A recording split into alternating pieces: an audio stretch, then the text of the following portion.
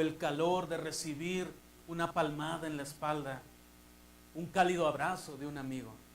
Todos nos sentimos identificados o somos amigables con el concepto de tener a alguien a nuestro lado que no solamente nos pueda comprender, sino incluso nos pueda aconsejar en algún momento de necesidad. Yo creo que todos necesitamos ese apapacho, ¿por qué no decirlo en algún momento? Esa sonrisa o esa mano solidaria para poder estrechar. Todos necesitamos eso. Sin embargo, nuestro amado Señor Jesucristo en esa semana no encontró una mano solidaria. Llevó a los 3 discípulos que eran más cercanos a él y dice que ellos, cada vez que él se retiraba un poquito más adentro a orar, cuando él regresaba, ¿qué estaban haciendo ellos? Durmiendo. Durmiendo. ¿Y cuál era la oración del Señor? Allá con su Padre en la eternidad. Padre, si es posible, pasa de mí esta copa, pero no se haga como yo quiero, sino como tú. O sea, sea hecha tu voluntad. Cuando Jesucristo nos enseñó el Padre Nuestro, no era una enseñanza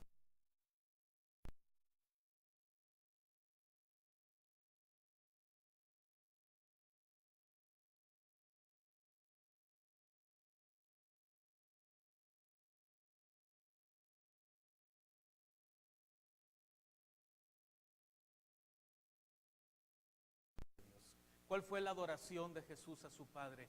La obediencia. Él fue obediente hasta la muerte y muerte de cruz. Yo quiero invitarles a que abramos la escritura en el libro de Filipenses.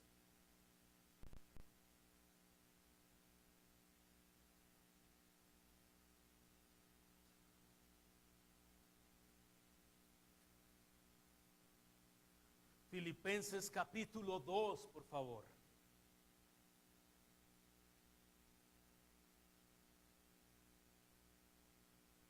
Pues mientras buscan el pasaje, muy buenas tardes, que Dios los bendiga. En verdad deseamos que este día pueda ser de gran bendición para cada uno de ustedes.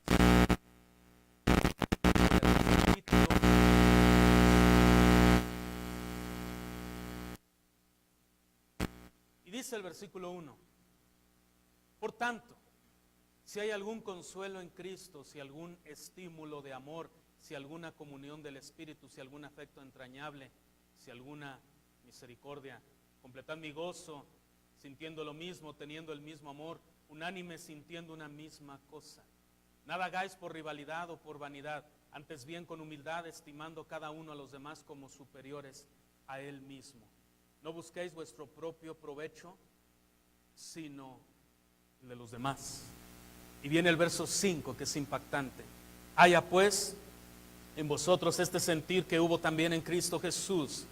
Él, siendo en forma de Dios, no estimó el ser igual a Dios como cosa que aferrarse, sino que se despojó a sí mismo, tomando la forma de siervo, y se hizo semejante a los hombres. Mas aún hallándose en la condición de hombre, se humilló a sí mismo, haciéndose obediente hasta la muerte, y muerte de cruz. Por eso Dios también lo exaltó sobre todas las cosas, y le dio un nombre que es sobre todo nombre, para que en el nombre de Jesús se doble toda rodilla de los que están en los cielos y en la tierra y debajo de la tierra, y toda lengua confiese que Jesucristo es el Señor de Dios Padre. Amén.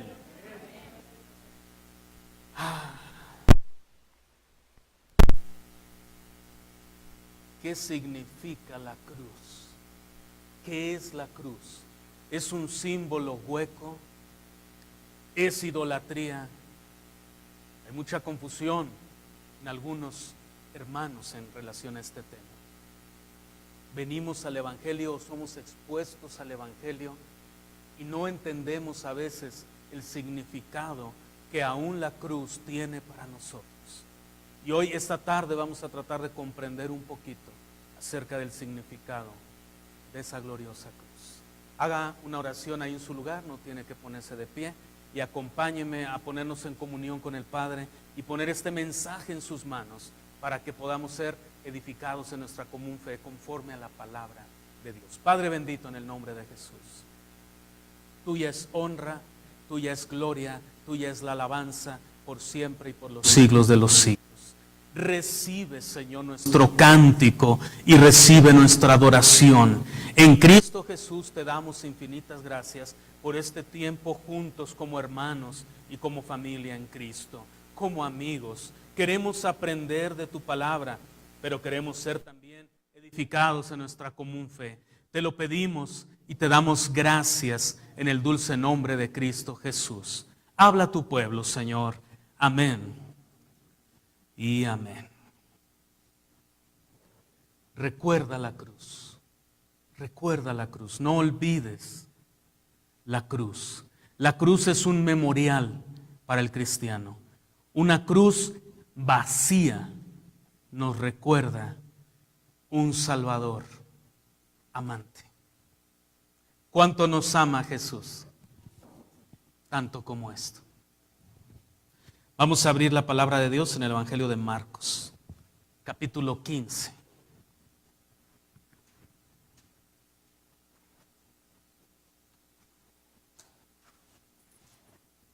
Evangelio de Marcos, capítulo 15, por favor.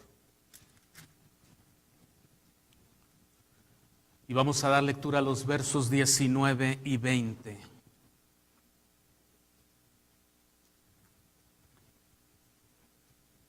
Repito la cita, Marcos, capítulo 15, por favor, versículos 19 y 20. ¿Lo tiene? Si quiere leer junto conmigo.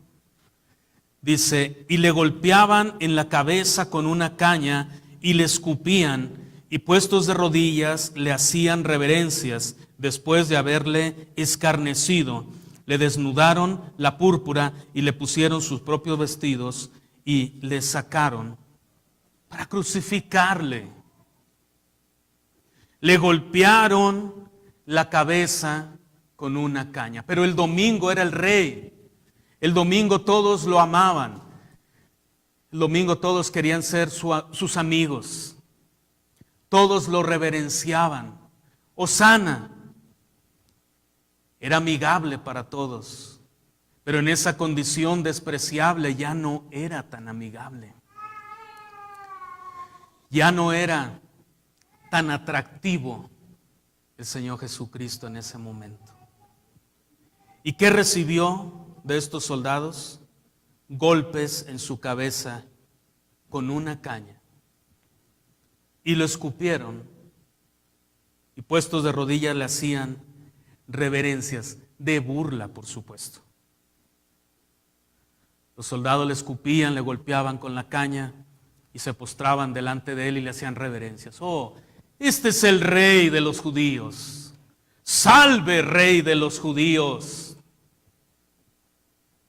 Solo hubo burlas para el rey eterno, para el Señor soberano. Jesucristo es un rey soberano, es un rey sobre todas las cosas. Él es el creador de todas las cosas, Él es sublime, Él es eterno, Él es sobre todas las cosas, Él es glorioso. Pero fue golpeado con una caña. Horas antes Él le había dicho a su Padre, con el que había tenido comunión en la eternidad de la eternidad, en el tiempo no medible, en el tiempo en el cual no estamos viviendo nosotros ahora. No en este tiempo cronológico, sino en el tiempo de la eternidad. Había tenido perfecta comunión con su Padre. Y en esa línea de comunión perfecta hizo una oración. Padre, si es posible, pasa de mí esta copa. Pero no se haga como yo, Señor, sino sea hecha tu voluntad. Lo primero que nos puede venir a la mente a través de esta enseñanza, ¿qué tan dispuestos estamos a hacer la voluntad? ¿Estamos dispuestos a obedecer la voluntad de Dios aún a precio de nuestro propio sufrimiento y humillación? ¿A quién le gustaría ser humillado? A mí no. Yo creo a nadie de nosotros nos gustaría ser humillados, ser escupidos. Pero ¿saben algo? A veces la vida no es tan amigable como quisiéramos. A veces las cosas no funcionan tanto como nosotros quisiéramos, y aún en la familia, y aún en el hogar, y aún con los cercanos, las cosas no funcionan como quisiéramos. ¿Por qué? Porque esta vida es compleja. Esta vida a veces es complicada. No es tan amigable con nosotros como quisiéramos. Por eso tenemos que estar dispuestos a hacer la voluntad de Dios, para que ese proceso que Dios está haciendo en nuestras vidas no sea un proceso frustrante, sino sea un proceso de maduración y crecimiento, donde nosotros podamos entender que todo lo que Dios está haciendo a nuestro alrededor y todo lo que Dios está trabajando es a favor de nosotros realmente. Porque a los que aman a Dios, todas las cosas les ayudan a bien. Amén. Así que, amados, no os preocupéis, no os conturbéis de espíritu. El Señor está trabajando a vuestro favor. ¡Aleluya! Gloria a Dios por eso. Vamos a leer los versículos 33 al 39 en ese mismo capítulo 15 del Evangelio de Marcos. Marcos capítulo 15, versos 33 al 39. Cuando vino la hora sexta, hubo tinieblas sobre toda la tierra hasta la hora novena. Y a la hora novena Jesús clamó a gran voz diciendo: Eloí, Eloí, lama sabactani, que significa: Dios mío, ¿por qué me has desamparado? Algunos de los que estaban ahí decían al oírlo: mira, llama a Elías. Corrió uno y, empapando una esponja en vinagre, le puso en una caña y le dio a beber, diciendo: dejad, veamos si viene Elías a bajarlo. Pero Jesús, lanzando un fuerte grito, expiró.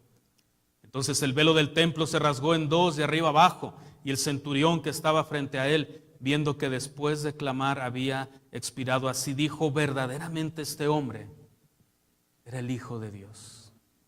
¿Qué vio ese centurión? Oh, que pudiéramos tener la capacidad de mirar a través de los ojos del centurión. Que pudiéramos echar un vistazo a aquello que ese centurión vio ese día. ¿Qué fue lo que él vio? Que le llevó a decir: verdaderamente este era el Hijo de Dios. ¿Por qué? ¿Qué vio en Jesús? ¿Qué percibió en ese grito, en ese clamor? Dios mío, ¿por qué me has desamparado? Porque está lejos de mí tu salvación, dice el Salmo 22. ¿Por qué me has desamparado? ¿Por qué está lejos tu salvación? Ahora, ¿por qué? La razón es ¿por qué? En ese momento Jesús cargó todo el pecado de usted y mío. Todo el pecado de la humanidad sobre sí. Piense cuántas cosas ha hecho usted. Yo me pongo a pensar cuántas cosas he hecho que no agradan a Dios y me horrorizo. Pareciera que no me conozco. No puedo creer que soy yo. Me espanta. Me horroriza. Yo, ¿cómo pude ser capaz? Ya no digo lo que hemos hecho, hermanos. Eso es externo. Eso es objetivo. ¿Qué de lo subjetivo? ¿Qué de lo que pensamos en la mente? ¿Cuántas veces has deseado, de verdad, siendo honestos, seamos honestos y transparentes, cuántas veces has deseado en tu corazón matar a alguien? No me conteste, por favor. Solo piénselo. ¿Cuántas veces has pensado en verdad matar a alguien? En un momento de ira, en un momento de frustración, de coraje. Yo sé, es un pensamiento, después dice uno, no. Claro, yo no mataría a esta persona, pero lo pensaste. Lo pensamos. A veces puede ser un chispazo instantáneo cuando vamos conduciendo y aquella persona se nos atraviesa y todavía nos saca la mano y nos hace una seña de esas que traen un memorial del 10 de mayo y nosotros nos quedamos. Pero solo lo pensaste. Es subjetivo. No es objetivo porque no se ve, no se llevó, no se materializó, pero se pensó. Y es maravilloso que Jesucristo nos enseña cómo los pensamientos en temas del reino de Dios tienen la misma fuerza que las acciones. Jesucristo dijo en la antigüedad, aquel hombre que adultera, pues comete pecado contra Dios. Claro, eso lo sabemos. Pero luego viene una renovación de esa ley. Es maravilloso el Evangelio. Y dice Jesucristo, en verdad os digo que cualquier hombre que mire una mujer para codiciarla en su corazón, ya adulteró. Pero espérate, Señor, solo lo pensé. No se materializó, solo lo pensé. Pues en verdad os digo que ya adulteró en su corazón. ¿Se fijan? Entonces, qué trascendente es este mensaje, ¿no? Vamos a ver algo más en los pasajes aquí de la Escritura.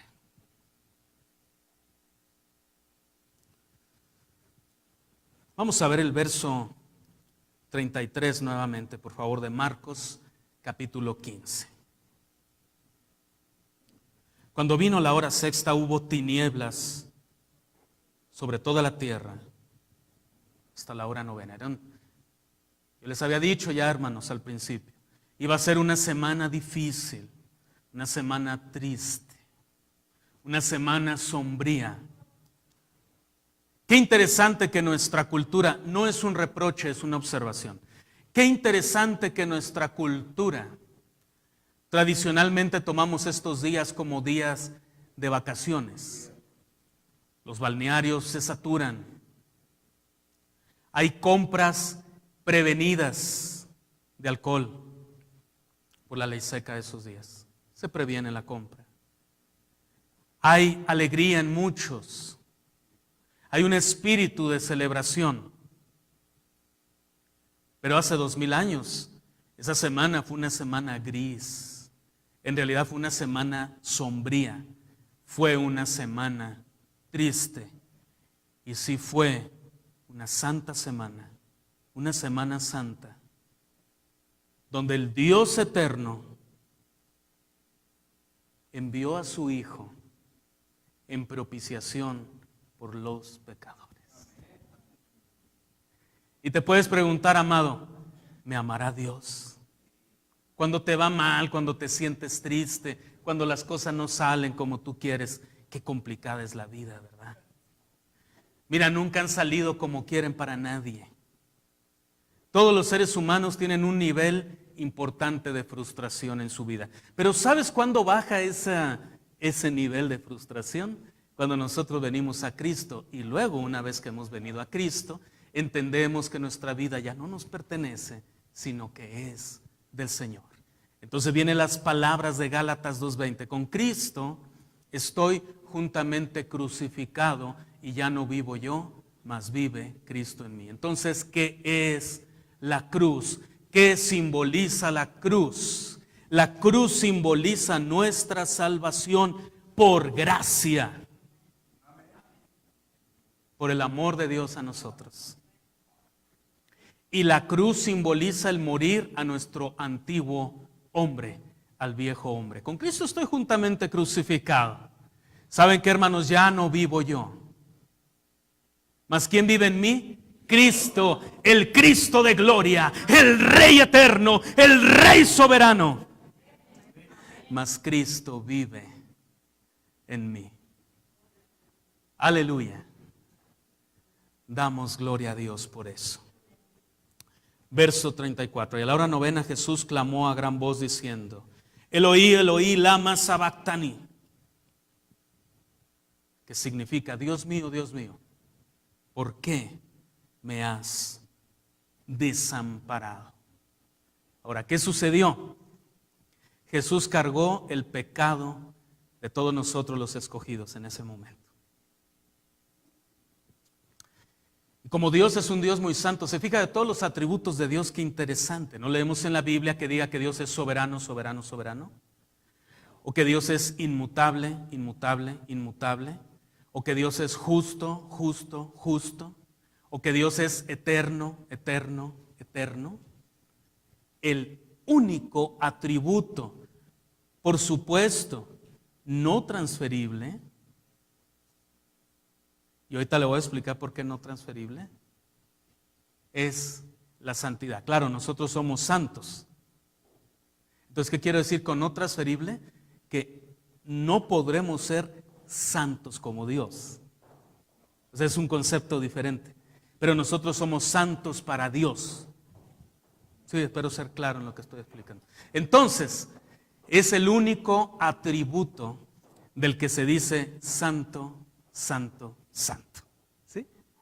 El autor sagrado no era tartamudo, lo digo con un respeto enorme, solo para darme a entender, no es que era tartamudo y por eso escribió 3 veces. No, es porque ese atributo se tiene que elevar a la tercera potencia. O sea, Dios es tan santo que no era suficiente decirlo una vez.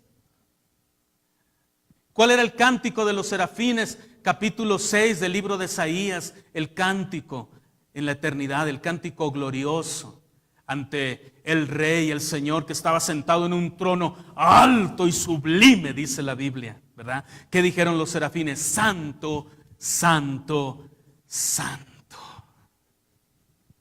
Entonces, como Dios es santo de verdad, es santo en verdad, no puede ni siquiera mirar de reojo el pecado.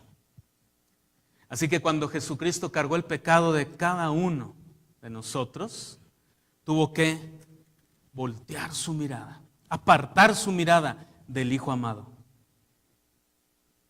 Y el Hijo sintió el peso moral, el peso espiritual, la frustración abrumadora de no tener por primera vez en toda la eternidad la mirada del Padre sobre él. Y solo pudo decir, Dios mío, ¿por qué me has desamparado? En un momento de angustia indescriptible. ¿Cuánto era el amor del Hijo?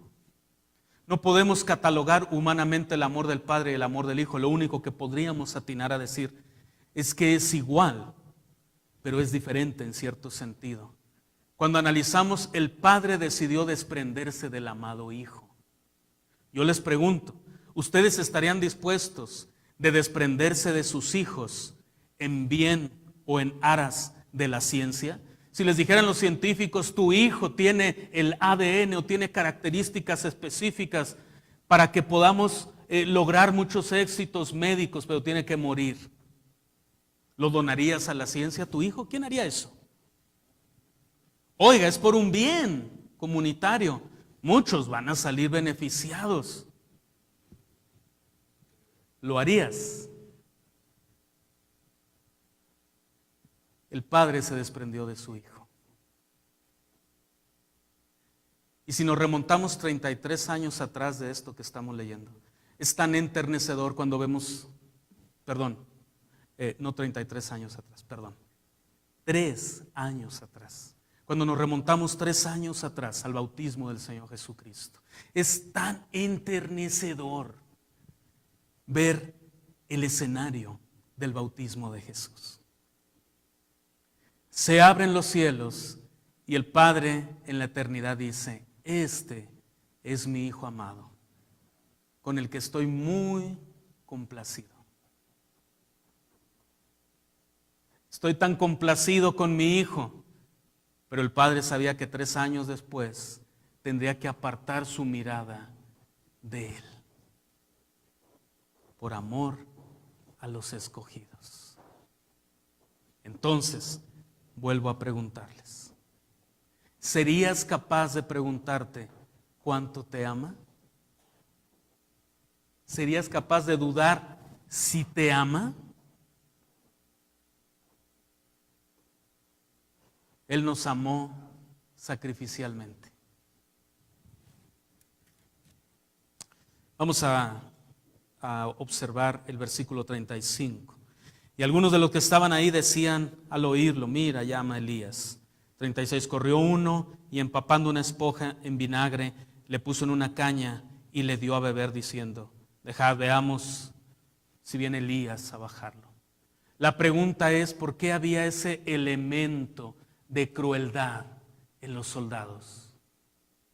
Ya iba a morir el Señor, ya iba a morir.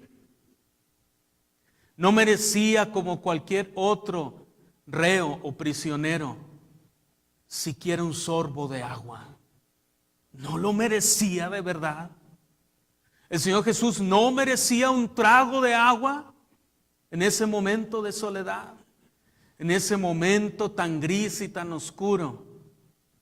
No tuvo un trago de agua. Yo no sé si usted ha pasado alguna vez por una sed fuerte. Yo en algún momento he sentido una sed tan fuerte. Empiezo hasta, mi mirada es nublada.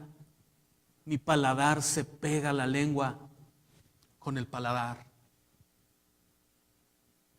Y realmente está comprobado médico y científicamente que ya ni siquiera está uno razonando bien las cosas cuando empieza un estado de deshidratación. Es una angustia por una gota de agua. Pero nuestro tierno Salvador no recibió un trago de agua. Recibió amargo vinagre.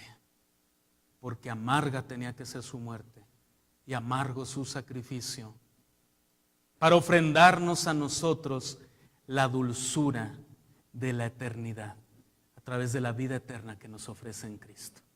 ¿Con qué podremos pagar? ¿Qué puedes hacer tú y qué puedo hacer yo para agradecerle a Dios ese sacrificio? Nada. La salvación es tan costosa que solamente se puede obtener gratuitamente. Se llama gracia. Dios la diseñó, solo en la mente de Dios pudo haber estado. Los receptores de su gracia, ¿quiénes son? ¿Individuos merecedores o inmerecedores? Claro, sabemos la respuesta: inmerecedores. Absoluto. ¿Sí? No merecemos la gracia de Dios. Pues entonces no sería gracia. Dijo Pablo, no sería gracia.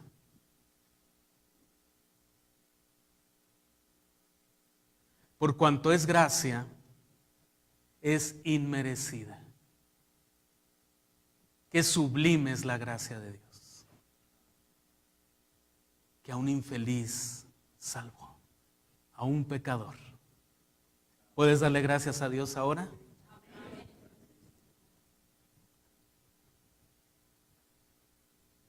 Verso 37, pero Jesús, lanzando un fuerte grito, expiró.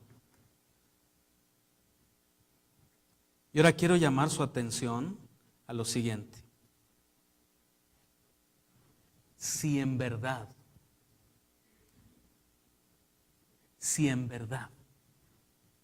tú crees que porque Jesús era Dios o era el Hijo de Dios, no sufrió la cruz, tienes que cambiar ese concepto. Porque Jesús fue 100% Dios, pero fue 100% hombre. Y sintió el dolor igual que tú y yo. Recordemos algunos rasgos de la humanidad de Jesús. En muchas ocasiones se sentó porque estaba cansado. En muchas ocasiones comió porque tenía hambre, ¿verdad? En muchas ocasiones lloró porque estaba triste. Lloró la pérdida de un amigo y sabía que lo iba a resucitar minutos después. Lázaro. Pero le lloró porque lo amaba. Sintió indignación cuando vio a los vendedores en el templo. Y con enojo santo los sacó de ese lugar. Era un humano como tú y como yo. Buscaba apoyo de Pedro, de Juan, de Santiago a la hora de la prueba final. ¿No habéis podido orar conmigo? Y me provoca tanta ternura el desdén con el que les dice la última ocasión: ya duérmanse. Ya. Ya viene el que me va a entregar. Ya duerman tranquilos. No se preocupen. Ahora yo pregunto, ¿por qué en esa semana el que les había dado tanto a todos en 3 años, les había dado comida, les había dado consuelo, les había dado un abrazo, había acogido a los niños como ningún otro rabí en toda la historia judía? Ellos ni siquiera le daban realmente mucha importancia a los niños. Por eso se los espantaban, como si estuvieran espantando perritos. Y el maestro les dijo, no, dejad a los niños venir y no se lo impidáis, porque de los tales es el reino de los cielos. Aquel que había perdonado a una adúltera, que les dijo, ¿quién puede arrojar la primera piedra? Aquel que había amado a los leprosos. Aquel que había abrazado tiernamente a una viuda.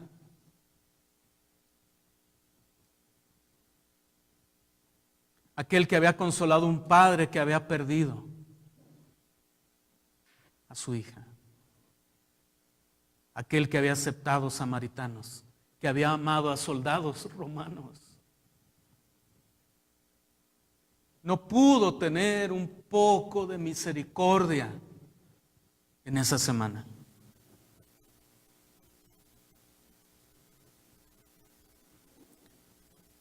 ¿Por qué fue tan cruel el sacrificio de Cristo y por qué fue tan cruel el trato de las personas con Él? ¿Por qué? Tal vez yo no se los pueda contestar a profundidad en mis palabras porque yo no sé esa respuesta. Pero sí sé que la palabra de Dios dice que era necesario que eso aconteciese. Y Jesucristo continuamente preparó a sus discípulos y les dijo, prepárense porque es necesario que estas cosas acontezcan. Y Pedro le dijo, Señor, nunca tal cosa te acontezca, antes yo muero en tu lugar. Y qué fuerte la palabra de Jesús.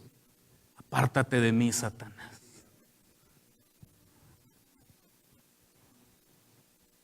El haber evitado el sacrificio de Cristo nos hubiera sumido en la peor miseria. Si tú piensas que la humanidad es miserable, si el Hijo de Dios no hubiera venido en el tiempo preciso y en el tiempo predeterminado por Dios, no, esta humanidad sería realmente miserable.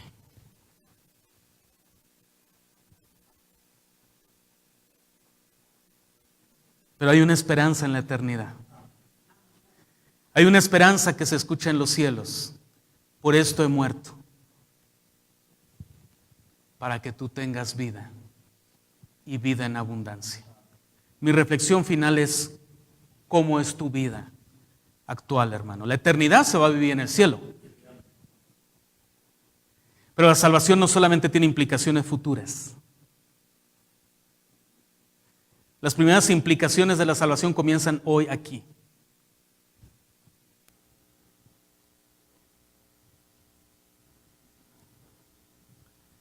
Y el asunto de comprender el sacrificio de Cristo es para valorar lo que Él hizo para que nosotros podamos vivir bien. Quiero ilustrarles lo siguiente. Vamos a suponer que un jovencito de secundaria llega con mucha sed y mucha hambre a su casa.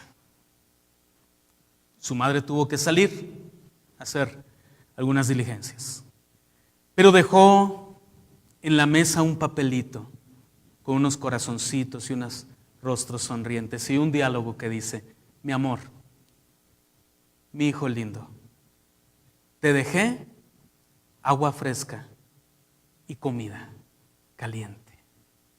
Tus enchiladas que te gustan y tu sopa de letras. Sírvete.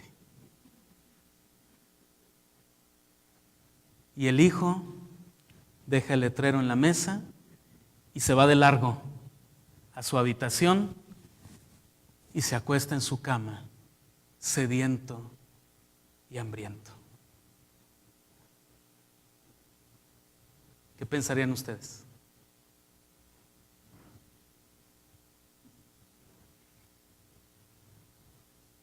¿No es ilógico? ¿No es drástico? ¿No es dramático acaso? Pues así de drástico y dramático es que usted y yo no vivamos una vida y vida en abundancia. Cuando papá desde la eternidad envió a su Hijo Jesús para morir en esa cruz, para que usted y yo tengamos una vida plena, no una vida fácil, ni ser ricos o millonarios, necesariamente tampoco estoy diciendo eso. Porque Dios enriquecerá al que Él quiera para que sea generoso a la obra.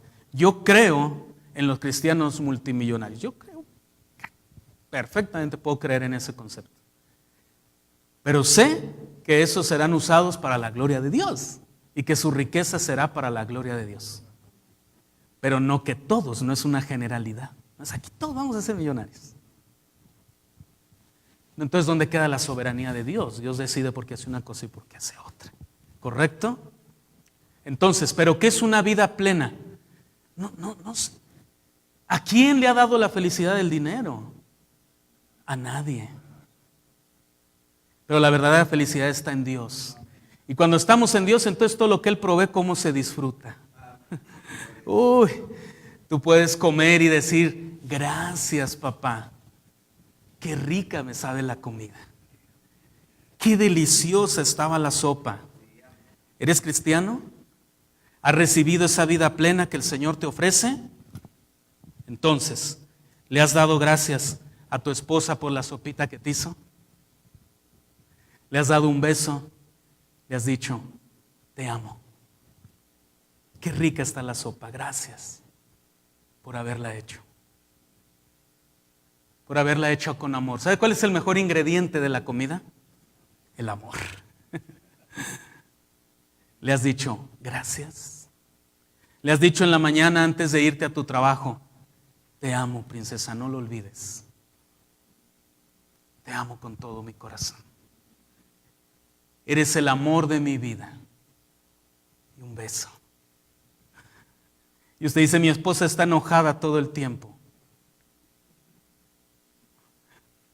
¿Cómo no va a estar enojada? Si no le has dicho, te amo tiernamente. Díselo, Betty, te amo con todo mi corazón. Te amo, mi preciosa princesa, mi dulce gacela. Que dicen cantares, ¿verdad? Que es como una gacela. Te amo. ¿Le has dicho a tus hijos, te amo? Oiga, o sea, el punto es que Jesús hizo todo esto de la cruz para que vivamos una buena vida. Para que vivamos felices, plenos. Fuera frustración. Jesús hizo todo eso para darnos una vida y vida abundante. No vida fácil, porque mira, si tú ves la historia, ¿cuántos cristianos murieron en la arena del circo romano? Pero había una característica. Se tomaban de las manos las familias enteras. Venían los leones y los osos frente a ellos para devorarlos y ellos cantaban himnos. Señor mi Dios, al contemplar los cielos, el firmamento y las estrellas mil, mi corazón entona la canción. Cuán grande es Él. Y venían los leones y comenzaban a devorar cada parte de sus cuerpos. No una vida fácil, pero una vida plena. Eso ofrece el Evangelio, una vida plena. ¿Estás viviendo pleno o estás frustrado, estás amargado? Ay, ¿por qué no tengo esto? ¿Por qué no tengo aquello? ¿Sabes? Tienes a Cristo. Teniendo al Señor lo tienes todo. Amén. Yo los quiero invitar, todos los que quieran venir a hacer una oración para recibir fortaleza del Señor y renovar votos y decirle, Señor, perdóname si no he vivido una buena vida. Tú moriste en esa cruz para que yo viva una buena vida, una vida agradecida, una vida plena, fuera depresión, fuera tristezas. ¿Está entre vosotros alguien triste? Cante alabanzas. Póngase de pie, mi amado. Cante alabanzas. ¿Está entre vosotros alguien enfermo? Ore.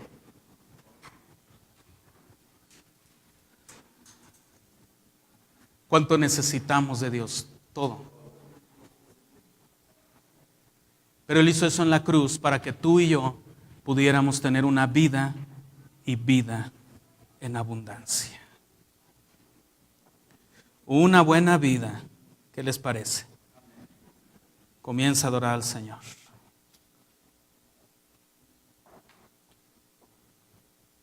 Ver una cruz me lleva a considerar lo que Jesús soportó por nosotros antes de ser crucificado. Lo azotaron y lo escupieron. Los soldados le pegaron en la cabeza con palos y se burlaron de él. Intentaron obligarlo a que llevara su propia cruz al lugar donde moriría. Pero él estaba demasiado débil por los brutales azotes. En el Gólgota lo atravesaron con clavos para mantenerlo sobre la cruz al erguirla. Esas heridas soportaron el peso de su cuerpo mientras estuvo ahí colgado. 6 horas más tarde Jesús exhaló su último aliento. Un centurión que había presenciado la muerte de Jesús declaró: verdaderamente este hombre era el Hijo de Dios. La próxima vez que veas o consideres el símbolo de la cruz, considera lo que significa para ti. El Hijo de Dios sufrió y murió ahí y luego resucitó para darnos vida y vida en abundancia. Puedes decirle: querido Jesús, gracias por quitar mis pecados al morir en la cruz. Acepto tu sacrificio y creo en el poder de tu resurrección. Amén. La cruz revela lo peor de nuestro pecado y lo mejor del amor de Dios, para que vivamos una vida y vida abundante. Pueden pasar los que necesiten oración. Pase al frente y vamos a orar un buen momento en la presencia de Dios. Puedes hincarte en este altar, puedes permanecer de pie.